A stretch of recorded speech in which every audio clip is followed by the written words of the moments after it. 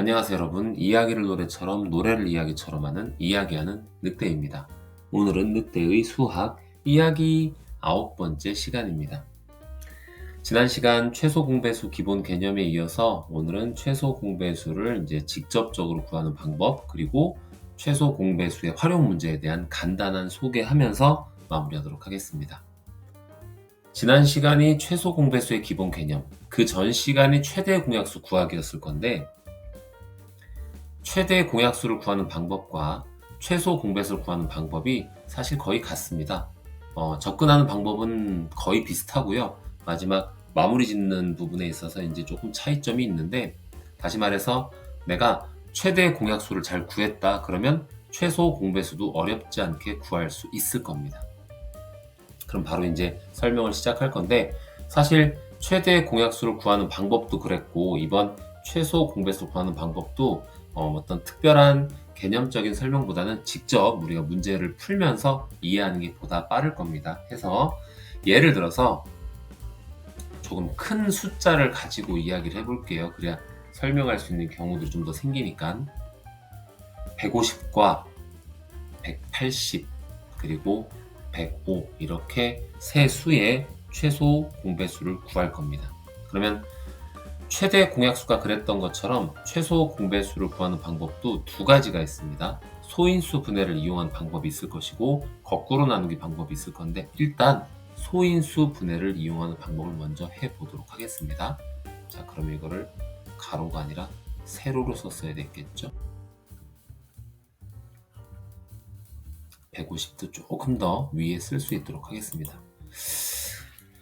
목이 슬슬 잠기기 시작하는데 영상 끝날 때까지 잘 버텨주길 바라면서 150, 180 그리고 105 소인수 분해를 통해서 구할 거였기 때문에 소인수 분해를 해보면 150은 15 곱하기 10, 15는 3 곱하기 5 그리고 곱하기 10은 2 곱하기 5 이렇게 되겠죠. 그러니까 거듭제곱을 이용해서 정리하게 되면 2 곱하기 3 곱하기 5의 제곱이 되겠습니다. 2 곱하기 3 곱하기 5의 제곱. 이런 과정을 통해서 소인수 분해하는 방법 다시 한번 확인하시면 될 것 같아요. 2 곱하기 3 곱하기 5의 제곱. 자, 그 다음에 180을 역시 소인수 분해 해보겠습니다. 180은 18 곱하기 10이 될 것이고, 18이 2구 18이죠. 2 곱하기 9인데 9는 바로 3의 제곱이란 말이에요. 곱하기, 그리고 10은 2 곱하기 5가 됩니다. 그러니까 역시 거듭제곱을 이용하게 되면 여기만 살짝 주면 될 것 같은데요. 2의 제곱, 그리고 3의 제곱, 그 다음에 5가 되겠습니다. 2의 제곱 곱하기 3의 제곱 곱하기 5 이렇게. 지난 그 최대 공약수를 소인수 분해를 이용해서 구하는 방법을 기억하신다면 이렇게 소인수 종류별로 자리를 맞추는 걸 아마 기억하실 겁니다. 그 다음 105는 딱히 바로 떠오르는 게 없는데, 뭐 끝자리가 1의 자리가 5니까 5로 나눠지겠죠. 그러면 5, 20, 5, 1은 5 곱하기 5 이렇게 될 겁니다. 그러면 21은 3 곱하기 7이니까요.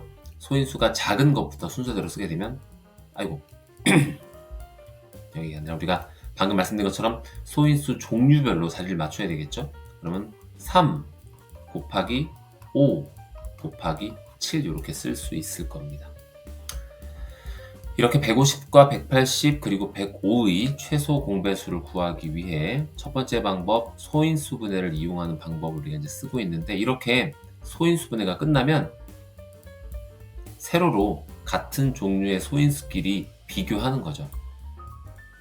최대 공약수도 이렇게 구했습니다. 맞습니까? 근데 이제 차이점이 있다면, 같은 소인수끼리 같은 종류의 소인수끼리 비교를 하는데 최대 공약수는 그 중에서 제일 작은 거, 그리고 이제 서로 같다면 같은 거 하나만 썼었죠. 근데 최소 공배수는 반대로 제일 큰 거, 거기에 더해서 최대 공약수 같은 경우에는 이렇게 하나의 숫자가 비교할 게 없다면 그냥 넘어갔거든요. 근데 최소 공배수는 그렇지 않습니다. 배수의 개념이기 때문에 하나가 비어 있어도 나머지 것들끼리 비교해서 제일 큰 거 2의 제곱을 씁니다. 그리고 역시 곱하기, 자 3제곱 3 비교했을 때 제일 큰 거 3의 제곱이죠. 곱하기 5제곱 5 비교했을 때 역시 5제곱이 제일 클 것이고 여기 7 방금 말했던 것처럼 만약에 최대 공약수를 구하는 거라고 하면 여기서 이제 끝을 내야 되는데 최소 공배수는 나머지가 없어도 얘 그냥 내려 쓰면 됩니다. 요 7 혼자서 뭐 어떻게 보면 제일 큰 숫자를 할 수가 있겠죠. 해서 요 숫자 요게 바로 150, 180, 105의 최소 공배수를 할 수가 있을 것이고 실제로 계산하게 되면 꽤 큰 숫자가 돼요. 2의 제곱 4, 3의 제곱 9, 5의 제곱 25 곱하기 7이니까 뭐 알아서 계산해 보시면 될 것 같고 이런 경우에는 굳이 끝까지 계산을 해서 답을 내라고 하지는 않습니다. 뭐 내라면 내야 되겠지만 어쨌든 그렇습니다. 이렇게 소인수 분해를 이용해서 구할 수 있을 것이고요. 두 번째 방법 거꾸로 나누기 해보도록 하겠습니다. 지우기. 지우기를 이게 어떻게 하면 빨리 파파박 지워지는 것 같은데 제가 대놓고 컴맹이라 파파박 빠르게 지워지는 걸 잘 모릅니다. 그래서 이렇게 장인 정신에 입각해서 하나씩 하나씩 다 지우고 있어요. 보기 좋죠? 안 되면 이렇게라도 하는 거죠. 우리가 안 되면 되는 무언가의 어떤 방법을 찾으면 돼요. 자, 150은 살려두고 180, 105 거꾸로 나누기를 할 거기 때문에 가로로 써야 되겠죠. 150 그리고 180 그 다음에 105 이렇게 해서 거꾸로 나누기 찍 똑같았어요. 최대 공약수도 이렇게 해놓고 이제 150, 180, 105를 동시에 나눌 수 있는 숫자를 찾는 거죠. 150과 180만 생각해 본다면 10이 참 좋겠지만 105가 그게 안 되니까 일단 5로 나눠보면 되겠습니다. 그럼 이거 5, 3, 15, 30 될 것이고요. 5, 3, 15 그리고 30이 남으니까 5, 6, 30이 되겠죠. 그리고 5, 20, 5, 1은 그 다음에 30과 36, 21 이거는 3으로 되겠네요. 가급적 이제 큰 숫자를 찾을 수 있으면 좋겠습니다. 그럼 계산이 빨리 끝나겠죠. 여기 10이 될 것이고 12가 될 것이고 7이 됩니다. 최대 공약수라면 이제 10과 12, 7을 동시에 나눌 수 있는 건 없기 때문에 끝을 내야 되는데 최소 공배수는 3개 중에 2개만 동시에 나눌 수 있어도 진행하면 돼요. 그래서 2로 나누면 되겠죠. 그럼 2, 5, 10, 2, 6, 12 요거 같은 경우에 나눌 수가 없기 때문에 그냥 내려 쓰면 됩니다. 자, 그럼 마지막 5와 6과 7은 동시에 나눌 수 있는 게 2개도 안 나오죠. 그럼 이제 끝내면 돼요. 뭐 그때 최대 공약수 때도 이야기했지만 1로 나누는 건 의미가 없고요. 자, 그럼 여기에서 요렇게 니은자를 생각하시면서 5, 3, 2, 5, 6, 7을 다 곱해주면 되겠습니다. 그래서 정리해보면 6이 있으니까 2가 결국 2개겠네요. 곱하기 역시 6이 있으니까 3이 2개일 것이고요. 그 다음에 5가 2개 마지막 7이 1개 아까랑 같은 결과가 나오죠. 그래서 이렇게 소인수 분해 방법과 거꾸로 나누기 방법을 통해서 최대 공약수를 구해볼 수가 있습니다.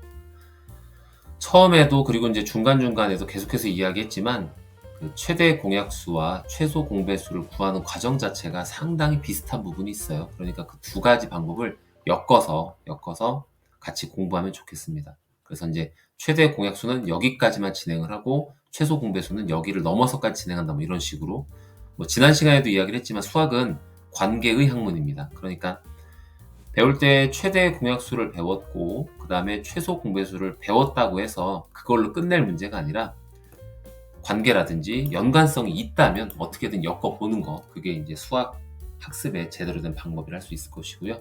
그 다음에 최소 공배수 활용 문제는 이런 표현들이 많이 나와요.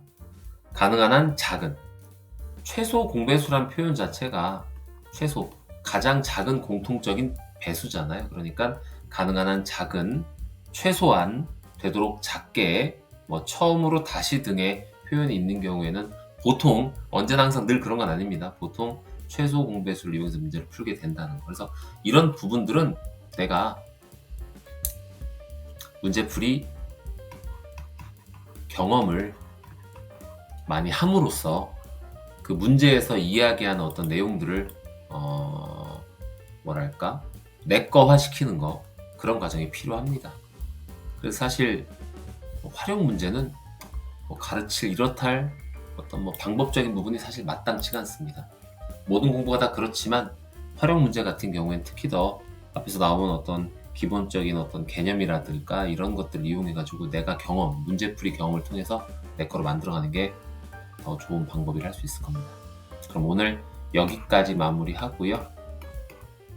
크게 보면 최대 공약수하고 최소 공배수를 마무리 지었네요. 그러면 다음 시간에 인사드리도록 하겠습니다. 감사합니다.